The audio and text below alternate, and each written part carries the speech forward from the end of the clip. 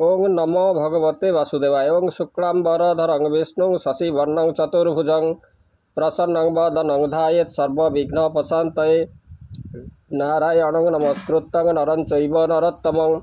देवीं सरस्वती व्यासं ततो जयमुदीरयेत्। व्यासं वसिष्ठनाप्तारं शक्तिपौत्रमकल्मषं पराशरात्मजं वन्दे सुखतातं तपोनिधिं। व्यासाय विष्णुरूपाय व्यासरूपाय विष्णवे नमो वै ब्रह्मविदाये वसिष्ठाय नमो नमः। अच्युतर्वदन ब्रह्मा दिव्यहुरो परोहरि आभालोलोचन शम्भुर्भगवान् बादरायण। ओं पार्थाय प्रतिबोधितं भगवता नारायणेन स्वयं व्यासेन ग्रथितं पुराणमुनिना मध्ये महाभारतं अद्वैतामृतवर्षिणीं भगवतीमष्टादशाध्यायिनी मम्मत्तामनुसन्दधामि भगवद्गीते भगवद्देशिणीं। नमस्तुते व्यास विशालबुद्धे फुल्लारविन्दायतपत्रनेत्र जेन त्वया भारततैलपूर्णः प्रज्वलित ज्ञानमय प्रदीप प्रपन्न पारिजाताय स्तोत्रवेत्रैकपाणये ज्ञानमुद्राय कृष्णाय गीतामृतदुहे नमः। सर्वोपनिषदो गावो दुग्धा गोपालनन्दन पार्थवत्स सुधीर्भक्तं दुग्धं गीतामृतं महत्। वसुदेवसुतं देवं कंसचाणूरमर्दनं देवकी परमानन्दं कृष्णं वन्दे जगद्गुरुं। भीष्मद्रोणतटा जयद्रथजडा गान्धारो नीलोत्पला शल्यग्राहवती कृपेण वहनी कर्णेन बेलात्पला अश्वत्थामा विकर्ण घोरमकरो दुर्योधनावर्तिनी सौतीर्णा खलु पाण्डवे रणनदी कैवर्तक केशवः पराशर्यवच सरजममलं गीतार्थ गन्धोत्कटं नानाख्यान ककेशरं हरिकथा सम्बोधनबोधितं लोके सजन षट्पदैरहरः पेप्यमानं मुदा भूयात् भारतपङ्कजं कलिमलं प्रध्वंसिन श्रेयसे मूकं करोति वाचालं पङ्गुं लङ्घयते गिरिं यत्कृपातमहं वन्दे परमानन्दमाधवं शान्ताकारं भुजगशयनं पद्मनाभं सुरेशं विश्वाधारं गगनसदृशं मेघवर्णं शुभांगं लक्ष्मीकान्तं कमलनयनं योगिर्भिध्यानगम्यं वन्दे विष्णुं भवभयहरं सर्वलोकैकनाथं। आज आम श्रीमद् भगवद्गीता गुणोत्तर विभाग जोगर आज आम द्वितीय भाग आलोचना करवा। भगवान दिव्य कथामृत भगवान श्रीकृष्ण अर्जुन को ये जो गीतावाणी महाभारत युद्धर प्रारंभ में समग्र जो मानव समाज उद्देश्य से जो गीतावाणी से प्रदान करते तेणु से जो गीतावाणी ये जो मानव समाज कलिजुगर व्यस्त विव्रत मानव समाज से अत्यंत गुरुत्वपूर्ण। या जदि आम जीवन में कार्य परिणत कर गीता पढ़ा सहित जदि किसी आम कार्य परिणत कर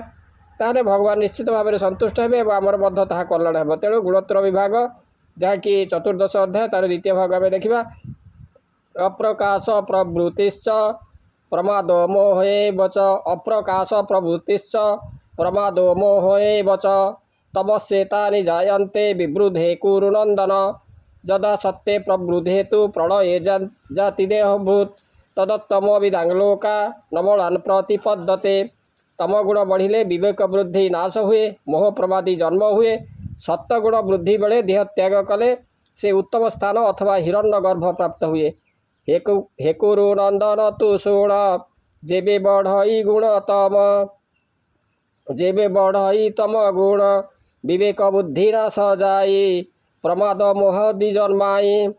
सत्वगुण वृद्धि काल रे जेबे ता देह त्याग करे तेबे उत्तम विदुंकर स्थान को लभे से ही नर हिरण्य गर्भ देह जेहि उत्तम बोलांती से ही ताहांकु जेमाने भावंती देहांते तही सुख पांती जे काले बढ़े रज गुण मले से बेले देहि जान कर्मर संग रज गुण से ही जनी रे हुए जन्म रजसी प्रलयंगत्ता कर्म संगी सुजायते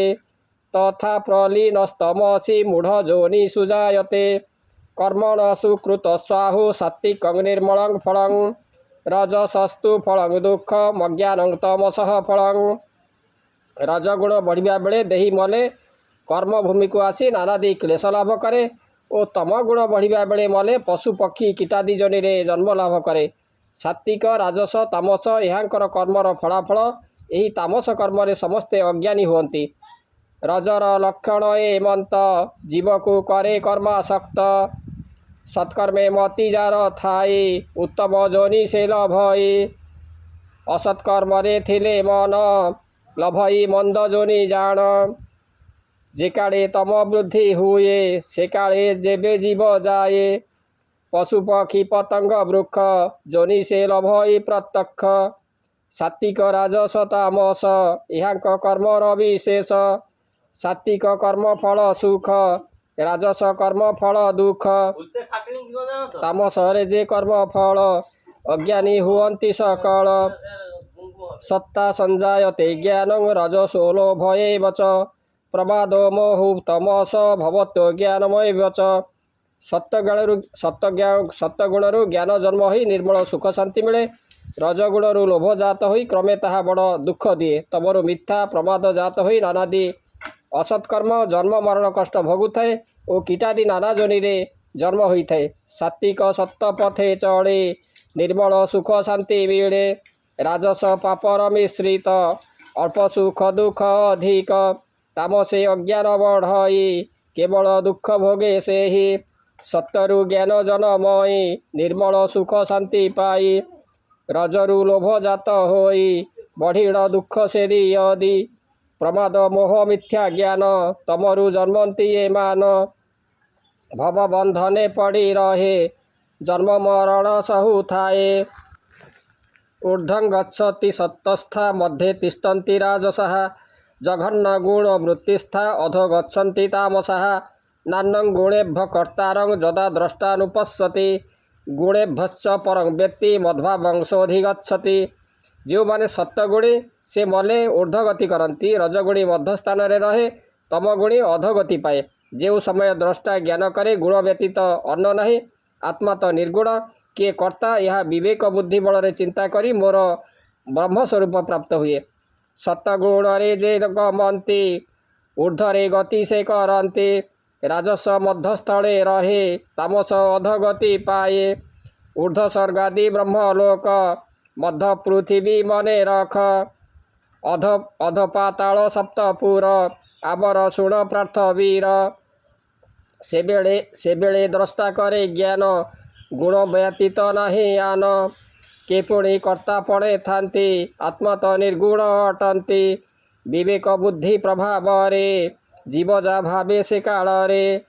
एणु श्रीमद् भगवद गीता चतुर्दश अध्याय गुणत्रय विभाग जोगर द्वितीय भाग आपण मैंने शुणिले भगवान दिव्य कथामृत निश्चित भाव में आपण मानक भल लगी आज रोची ओम नमो भगवते वासुदेवाय।